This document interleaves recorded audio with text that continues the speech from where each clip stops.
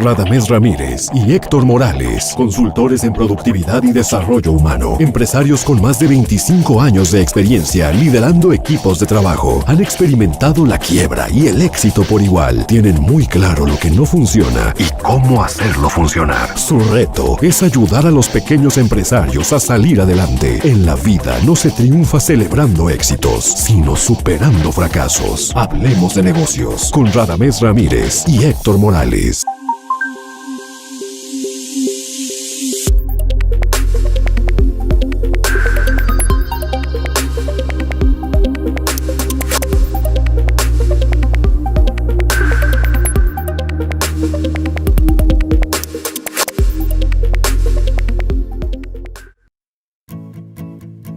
Hoy en Hablemos de Negocios nos acompaña como invitado especial el reconocido empresario Jorge Vergara.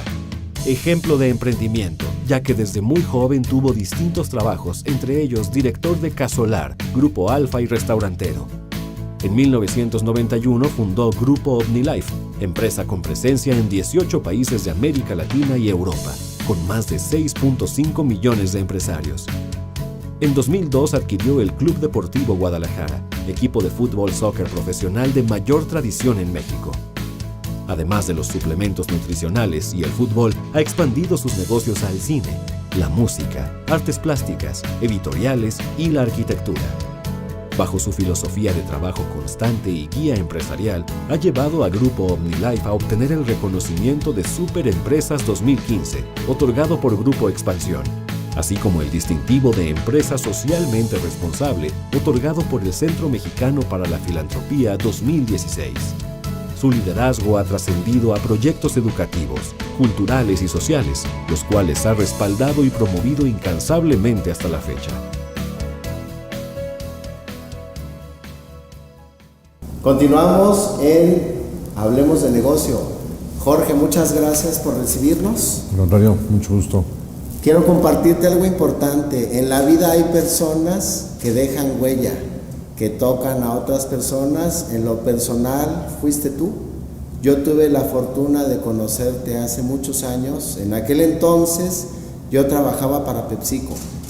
Me tocó en un evento en Cancún recibirte. Sí, lo recuerdo. Salvador Alba me dijo, tú recibes a Jorge Vergara. En aquel entonces había sucedido lo de la motocicleta, que llegaste con muletas. Me sorprendió mucho, Jorge, en una junta en donde están 45 general managers, entender un silencio absoluto cuando tú hablaste de un concepto que por primera vez yo había escuchado. Le llamaste deseo ardiente. Mi primera pregunta es, ¿qué es el deseo ardiente? Yo lo puedo comprender bien, pero qué mejor que seas tú quien le transmite a las personas que nos hacen el favor de ver este programa, particularmente a quien está diseñado, el pequeño empresario, aquel que está emprendiendo, aquel que quiere salir adelante. ¿Qué es el deseo ardiente, Jorge? Mira, te lo voy a poner porque muchos de los distribuidores me escriben para preguntarme porque me da la impresión de que cuesta trabajo entenderlo. El deseo ardiente es como si ves, ¿qué te puedo decir? Estás enamorado de la mujer más hermosa del mundo y tienes un deseo ardiente de estar con ella. Claro. Es el deseo ardiente, o sea, el deseo ardiente de tener ganas de hacer las cosas, de emprender, es que tienes un deseo verdaderamente ardiente de lograr el resultado. Y es no perseguir dinero, sino perseguir resultados. Y si tienes ese deseo ardiente en la vida, lo vas a lograr. O sea, para mí no hay pierde. Si no lo tienes, difícilmente vas a lograr las cosas. Decía Steve Jobs, lo más complicado en las personas no es que se planteen grandes metas y no las cumplan. El problema es que no se plantea nada. ¿Cómo le podemos hacer para tener un deseo ardiente? Más en estos tiempos en donde mucha gente malamente está desorientada, no tiene motivación, esperan a que venga de fuera y ponemos muchas cosas en responsabilidad de terceros. Mira, somos un país quejumbroso y criticón y pediche además. O sea, nuestra cultura desgraciadamente es, por eso yo digo que te pavimentan el entusiasmo, el deseo ardiente de niño. Si tú te fijas de niño, tú llegas a la escuela y te preguntan, la primera vez que la maestra te pregunta, ¿qué quieres ser? Y dices, quiero ser presidente de la República, ¿sí? De entrada, si te acuerdas que en la mayoría quieren ser presidentes. Si todos hicieran presidentes estaría cañón, ¿no? O sea, son muchos, pero tienes un deseo ardiente de muchas cosas de niño, después te van pavimentando el entusiasmo y te van convirtiendo en un ciudadano que criticamos y nos quejamos y andamos de pediches. estamos esperando que la solución venga de fuera siempre. Por ejemplo, ahorita actualmente con lo del presidente de Estados Unidos, o sea, creemos que la solución viene de su lado y no entendemos que lo que nos están es un campanazo para que despertemos aquí en México. Claro. Y que la solución esté interna, no es externa. Entonces, el deseo ardiente para mí es alguien que lo quiere despertar, es que empieza a buscar hacia adentro de él hace cuántos años dejó de soñar y el último sueño cuál fue. Que era, digo, puede ser desde tener una casa o pagar las deudas o el sueño que más ardiente tenga de aquel entonces, ¿no? Es como cuando te casas, ¿no? Si te fijas, todos nos casamos cuando estás más amolado. ¿Por qué te casas? Porque tienes un deseo ardiente de estar con alguien. Claro. Y sueñas mucho, dices, voy a tener una casa, voy a tener coche, voy a tener dinero para mis hijos, los voy a mantener muy bien.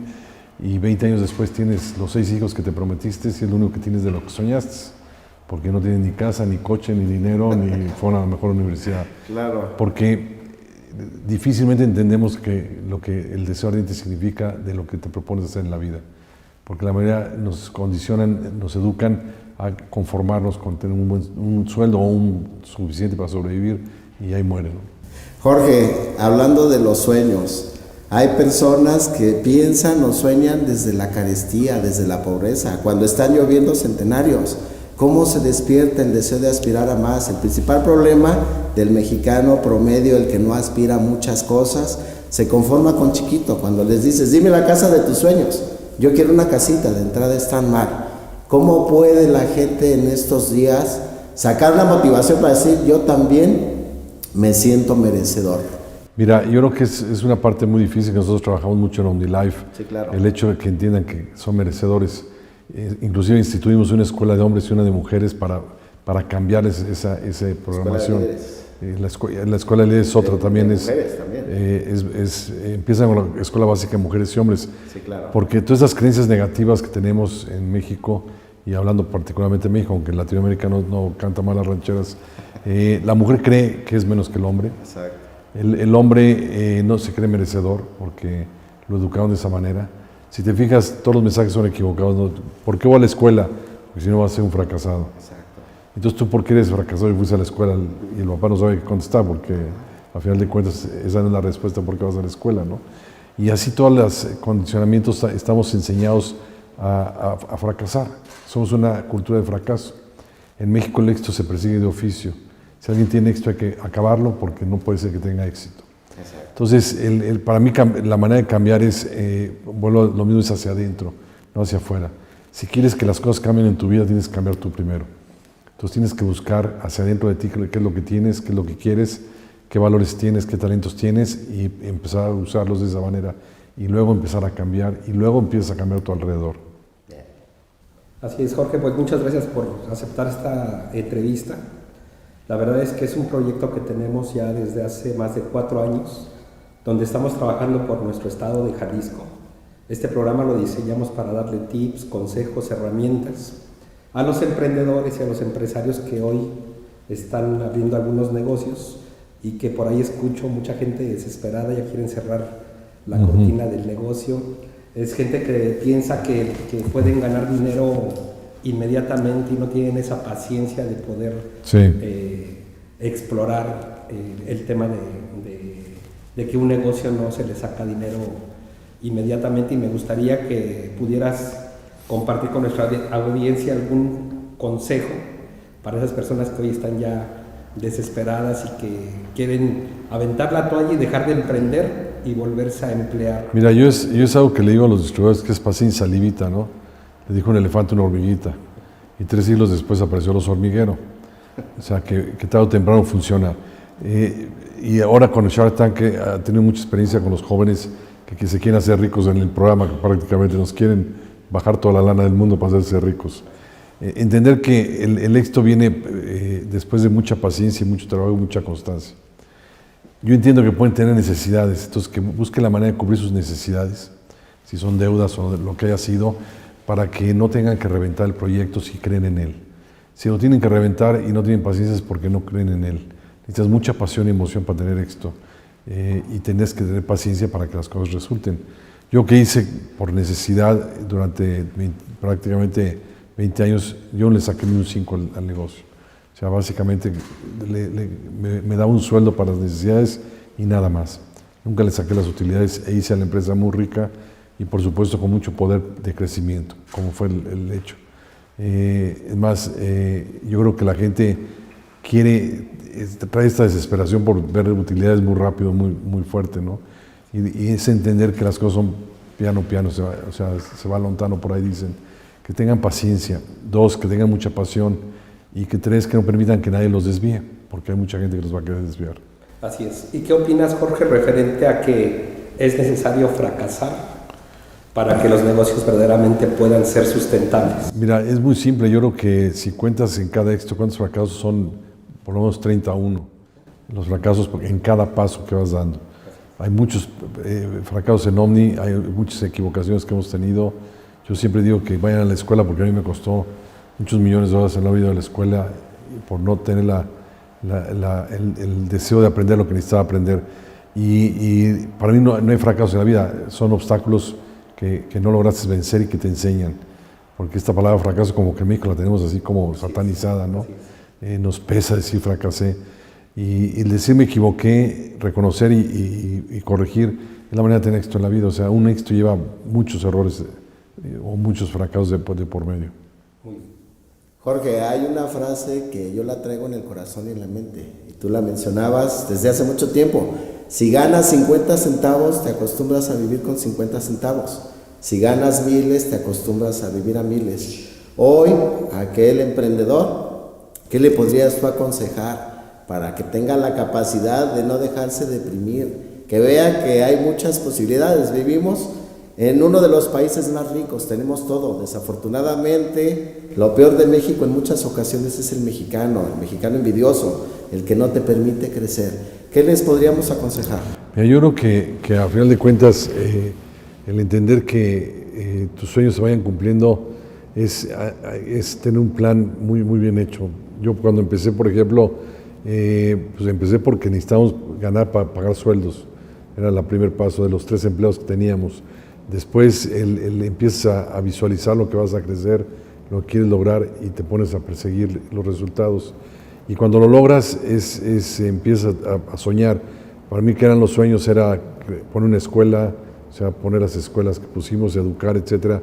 Y bueno, mi estilo era, me aventaba con el sueño, me aventaba con la visualización y lograba. Por ejemplo, cuando decidimos comprar Chivas, yo le dije a los financieros, ¿cuánto necesito crecer para poder pagar Chivas? Una vez que negociamos los pagos, y me dijeron, tanto hay que crecer para pagar en 2 años Chivas.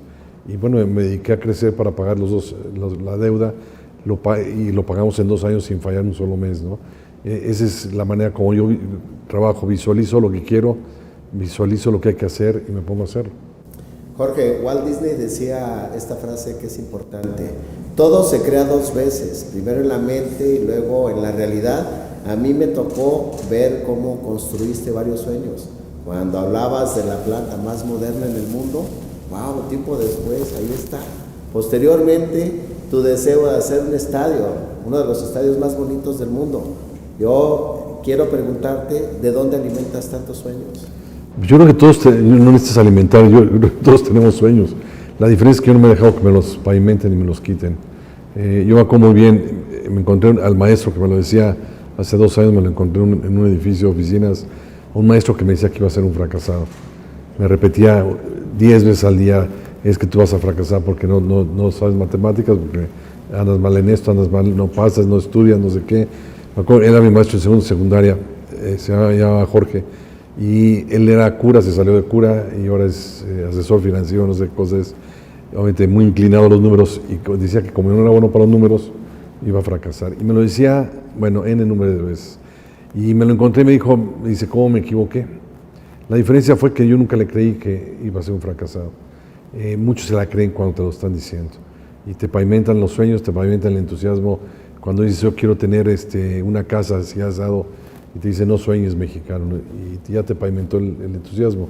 Yo soy un creyente de que si tú te lo pones en la mente y luego usas el corazón para lograrlo, lo logras tarde o temprano. Yo visualicé, por ejemplo, el campeonato que tuvimos hace 10 años, visualicé el comprar Chivas 3 años antes de que lo lograra. Lo expresé inclusive a 2 gentes que estaban ahí conmigo, a Ibar Cisnea, que era presidente de la CONADE, a Juan Carlos Rodríguez, ahora es vicepresidente de Univisión. En una comida les dije, voy a comprar Chivas. Se rieron de mí, me dijeron, Chivas no se vende. Y bueno, se equivocaron, porque visualicé que lo quería hacer y cómo lo podía hacer. Entonces, para mí el hecho es retomar y reprogramar, decir, bueno, ¿qué soñaba yo de niño? Y volver a empezar por ahí, a entender que eres capaz. Yo le explico a los distribuidores que todos venimos del mismo lugar, todos venimos de una calentura. Y el que nos diseñó iguales. Todos nos dio la oportunidad de tener éxito en la vida, nos da la oportunidad de sobrevivir desde que naces. Entonces la diferencia es el que quiere hacerlo y el que no lo quiere hacer. Así es. Y el tema también importante, Jorge, es que muchos tenemos sueños como platicamos, pero mucha gente no da el primer paso. Los sueños se quedan a veces estancados en el papel, se quedan en la almohada muchas veces, y ese temor a dar ese primer paso creo que también es algo que nos detiene mucho como mexicanos o como latinos. ¿A qué crees o atribuyes que ese miedo a digamos, el fracaso? Porque nos educan con mucho miedo. O sea, fíjate, verás cómo te educan y verás, todo es miedo. Te educan con miedo para la escuela, tienes que ir por miedo, o si no te castigo. Te educan con miedo para la religión, si no te lleva el diablo. O sea, por eso le tienen tanto miedo a Trump, creen que es el diablo el que los va a llevar. Te educan siempre pensando, metiéndote miedo. Al final de cuentas, en tu casa te dicen, si no te duermes te lleva el coco. Y después la mamá se arrepiente porque ya no puede dormir con la luz apagada porque se lo va a llevar el coco, y le dicen, es que no existe el coco, es que tú me dijiste que existía el coco, ¿no? O sea, siempre vamos generando los miedos, que además es algo natural en el ser humano, el generar miedos para evitar que hagamos lo que queremos hacer. Entonces, lo que yo creo que es entender, para mí el miedo yo lo explico como un apagador de luz. Te da miedo entrar a un cuarto porque está oscuro, le prende la luz y ves que no hay nada. Pues cada vez que te dé miedo, prende el switch en la cabecita y dices, a ver, ¿qué le puedo pasar? ¿A qué le puedo tener miedo, no? O sea, la realidad es que si analizas, el miedo está aquí. El 99.9% de los miedos no existen, ¿no? Por ejemplo, el miedo que nos meten o le meten a los extranjeros para venir a México. Yo les pongo, por ejemplo, en México sabes dónde es peligroso y dónde te van a matar. Se matan entre los malos en ciertos lugares y nada más. En Estados Unidos está peor. Ahí sí te da miedo porque no sabes si en un cine va a llegar un loco, en una escuela, digo, y sin embargo nos da mucho miedo México y no nos da miedo Estados Unidos. Porque al final de cuentas nos meten el miedo que no debemos de tener. Ahora con lo que está pasando con el presidente americano, es este pánico que nos están metiendo, ¿no? Para mí es sin fundamento, al final de cuentas, ¿sí? Entonces el hecho es que los miedos no existen. Y entender que no existen es muy sencillo porque, a ver, enséñame qué va a pasar con ese miedo, ¿no? Mira, te pongo una anécdota que yo tuve con una distribuidora. Uno de los viajes que hacemos cada año me habló y me dice, te voy a devolver el boleto de avión y del barco, íbamos a un crucero. Ese crucero era salíamos de Venecia y yo, bueno, psicológicamente dije, bueno, voy a usar estadísticas. Dije, tanta gente se muere en el metro, tanta gente se muere en los autobuses, en los aviones son más seguros. Media hora después me dice, no me sirve. Y le dije, miedo, saca otro miedo, o sea, clavo, saca otro clavo. Le dije, bueno, te lo voy a poner muy sencillo. Si no vas, te quito la distribución. Entonces tú decides, y fue, porque no le quedaba de otro. Me acuerdo muy bien verla en el barco llorando, porque me acerqué, porque de fuerte que lloraba, que creí que le había pasado algo, y me acerco y me dice, estoy llorando la emoción por haber venido y por haberte hecho caso, porque me quité el miedo de volar y de venir al mar, porque no había volado, y esto es impresionante. O sea, no, le daba miedo volar porque nunca había volado, le daba miedo subirse a un barco porque nunca había ido al mar. Entonces, a la hora que le quité el miedo a través de otro miedo, se dio cuenta que no existían. Y mucho en nuestra vida sucede que la pasamos pensando en cosas que creemos que van a suceder. Así es. Y al final, si hacemos un porcentaje de cuánto estamos mentalizados en eso y que nunca sucedieron, creo que es un desperdicio total. Mira, es por ejemplo las mamás que hacen. Tú sales corriendo de tu casa y te vas a subir un árbol. Tu mamá, con todo y que no puede casi ni caminar, sale corriendo como rayo y decirte, no te subas al árbol, te vas a caer. En lugar de decirte, súbete al árbol, si te caes yo te cacho. Y si te caes, yo te enseño cómo te vuelves a subir para que no te caigas. Es el ejemplo. Siempre es un miedo, ¿no? Yo me acuerdo cuando empecé OmniLife, la familia me decía, oye, ya después de que le platiqué todo el sueño, me decía, ¿qué pasa si se te muere un cliente? Le dije, no tengo producto, no tengo empresa, no tengo dinero, todavía no tengo ni el nombre, y ya me estás matando a los clientes, ¿no? Entonces les dije, bueno, pues les voy a vender funerales morados, incluidos en el precio. Y todavía se enojaron porque me burlaban. Le digo, ¿cómo quieren que me dé miedo algo que ni siquiera he empezado? Y esa es la manera que tenemos, es por educación que tenemos ese problema. Jorge, el ser humano es un ser cíclico, somos seres de hábitos. Si en 21 días haces lo mismo, se te queda grabado como un hábito. Los hábitos buenos se convierten en valores o en virtudes, y los hábitos malos se convierten en vicios. Un vicio es llegar tarde, un vicio es que no sepas trabajar en equipo, un vicio es que no te guste lo que haces. Me gustaría que nos compartieras cuáles son los hábitos buenos que a ti te han funcionado. Pues mira, a mí me funciona mucho mis hábitos de disciplina. Y hablando de hábitos, es algo que aprendí en sexto de primaria, cuando estaba estudiando, me acuerdo un hermano franciscano, duró 6 meses hablando de todas las clases del hábito. Yo a los 6 meses ya reventaba el hábito, o sea, ya le exageró, y después entendí cómo haces los hábitos en la vida y cómo son los que te rigen tu vida. Y para mí he cambiado muchos hábitos en mi vida, desde lo que como, cómo duermo y por supuesto a qué hora me levanto, qué hago para levantarme, y busco que estos hábitos no dejen de existir en mi vida y hacerlos todos los días. Y obviamente creo que el cambiar los hábitos es muy importante porque cambias el cerebro y luego el corazón trabaja, ¿no? Yo creo que las cosas las pensamos y las realizamos con el corazón. Y hablo del corazón como inteligencia emocional, no con... Y tú ves, por ejemplo, los hábitos de las gentes exitosas y todos siguen sus hábitos muy positivamente. Y obviamente yo tengo uno de los hábitos que más recomendaría es que visualicen y piensen positivo. En lugar de estar pensando en lo que nos falta, que agradezcan en todo lo que tenemos. Y más ahorita, perdón Jorge, más ahorita que está todo este tema de contaminación de información en la televisión, en las redes sociales, es lo que platicamos ayer en el programa de radio. Tenemos que estar pensando nosotros en positivo, como bien dices, y poniendo nuestro granito de arena. O sea, lo demás no lo podemos resolver. Además, ni lo podemos resolver, y además te has dado cuenta de la cantidad de mentiras que están diciendo. Yo no veo noticias, no veo televisión. Hace un mes dije, no voy a volver a ver noticias ni televisión, y la verdad que vivo encantado de la vida sin ver televisión. Y lo que sí te puedo decir es que no creo ni en todo lo que dicen ni en lo que no dicen. Me importa un pepino. O sea, que si Peña Nieto lo amenazó o no lo amenazó, importa un pepino, ¿no? O sea, son cosas que a mí ni me van ni me vienen porque no puedo manejarlas ni cambiarlas. Yo estoy claro de lo que puedo hacer. Es una gran oportunidad esta crisis que se viene. Para mí es un despertar para México, decirnos, güeyes, llevan demasiado tiempo dependiendo de Estados Unidos, cámbienle para otro lado, pónganse a trabajar para lograr otros objetivos.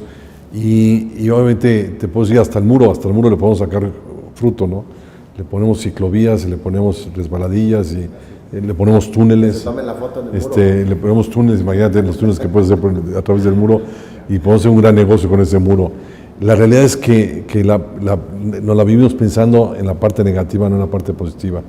Y cuando aprendes a agradecer lo que tienes, el privilegio que tenemos todos los días, pues creo que agradeces y se vuelve todo positivo.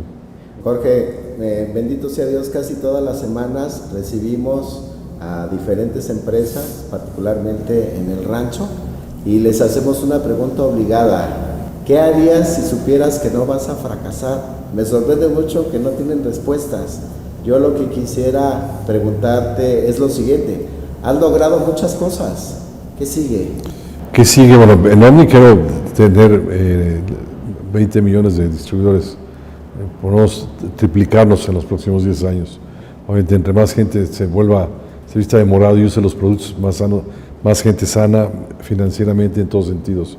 Obviamente, crecer mucho, ir a otros países más, abrir más países como en África que vamos a abrir, en China, etcétera. Y en la parte de fútbol, pues queremos que Chivas se convierta en el sueño que es que 11 mexicanos demuestren en la cancha que sí es posible permanentemente ser campeones, ¿no? Y creo que vamos por buen camino también. Y obviamente en la parte personal tengo sueños de volver a hacer cine. Vamos a empezar a hacer cine este año otra vez. Tengo algunos sueños más de cómo contribuir a que este país cambie radicalmente como empresario, desde la parte que somos empresarios, agarrar nuestra chamba, que es ser empresarios, y ser empresarios es reinvertir y crecer y crear más empleos y demás. Entonces pienso hacer un proyecto, tengo la idea de hacer un proyecto de conjuntar empresarios en todo el país para poder hacernos con una meta que es emprender más y tener más confianza en entender que si emprendemos y fortalecemos aquí, ¿para qué queremos andar migrando a otros lados, ¿no?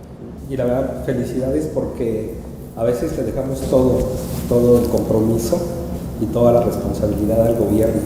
Y qué bueno que esté esa iniciativa, Jorge, de que el sector empresarial podamos unirnos y podamos poner ese granito de arena, porque al final del día somos mexicanos y orgullosamente tapatíos, y creo que es el momento de hacer nosotros también. Sí, yo creo que es importante los pequeños y medianos, que son la mayoría, porque más de lo curioso, la mayoría hace la minoría, ¿no? Unos cuantos son los que están arriba en las cúpulas y la mayoría estamos por ahí desaparecidos, ¿no? Yo creo que es importante empezar a conocer a los medianos y pequeños, reconocernos, juntarnos, el podernos platicar cómo hacer lo que hicimos, cómo mejorar, cómo crecer. Yo te puedo decir, por ejemplo, tengo un programa que no puedo lograr, que es, lo empecé hace 10 años, decir cómo sustituyo las importaciones de Omnicom, de materias primas, por gente mexicana que quiera emprender en esto. Me ha costado mucho trabajo lograrlo, pero estoy seguro que hay muchos pequeños y medianos que le podrían intentar, y que además, obviamente, con la venta garantizada se pueden aventar, ¿no? Y creo que esto lo podemos hacer extensivo a todo el país. Y me imagino que hay muchas ideas de cómo crecer entre los pequeños y medianos, pero el hecho es que mi idea es que nos juntemos, hacer una convocatoria y nos juntemos a hacer mesas de trabajo, es decir, a ver cómo nos podemos ayudar para crecer, para entender la gran oportunidad, porque en México tengo entendido que hay 4 millones de empresas pequeñas y medianas registradas. Más de haber otras 4 millones por ahí sin registrar por el estilo. Tú estás hablando de millones de personas que están haciendo lo que están haciendo de emprender y nadie sabemos que existen, que tienen el deseo ardiente, porque sí lo tienen, y se friegan desde... Yo me acuerdo cuando vendía carnitas, que empezaba a las 4:30 de la mañana, pues había varias gentes que estaban empezando esas horas conmigo en diferentes áreas de negocios. Entonces hay gente con el deseo ardiente muy trabajadora que nadie conoce y que tenemos que hacer que se reconozca. Sí, claro. Jorge, finalmente, aparte de agradecerte, yo te tengo la última pregunta. Sí. Un principio es una idea que no cambia. Me gustaría mucho que nos compartieras tus 3 o 4 principales ideas, que es la que te ha permitido ser quien eres hoy en día. Uno es constancia, Bien. eso obviamente es indispensable. Lo otro es humildad, creo que es también indispensable. La otra es honestidad, que seas congruente con lo que tú crees y lo que tú eres, y seas honesto, por supuesto. Jorge, un placer platicar contigo. Ojalá lo podamos hacer con frecuencia. Muchas gracias a nombre de las personas que te están viendo y escuchando. Yo lo único que te puedo decir en mi persona, gracias, porque me marcaste y hoy soy quien soy, gracias a muchas de las historias, anécdotas y enseñanzas que a lo largo del tiempo y tú sin saber has esparcido por muchas personas. Entre ellas yo te agradezco. Mucho gusto, gracias, al contrario, gracias a ti. Muchas gracias, Jorge. Gracias. Continuamos, estamos en Hablemos de Negocios, regresamos en un momento.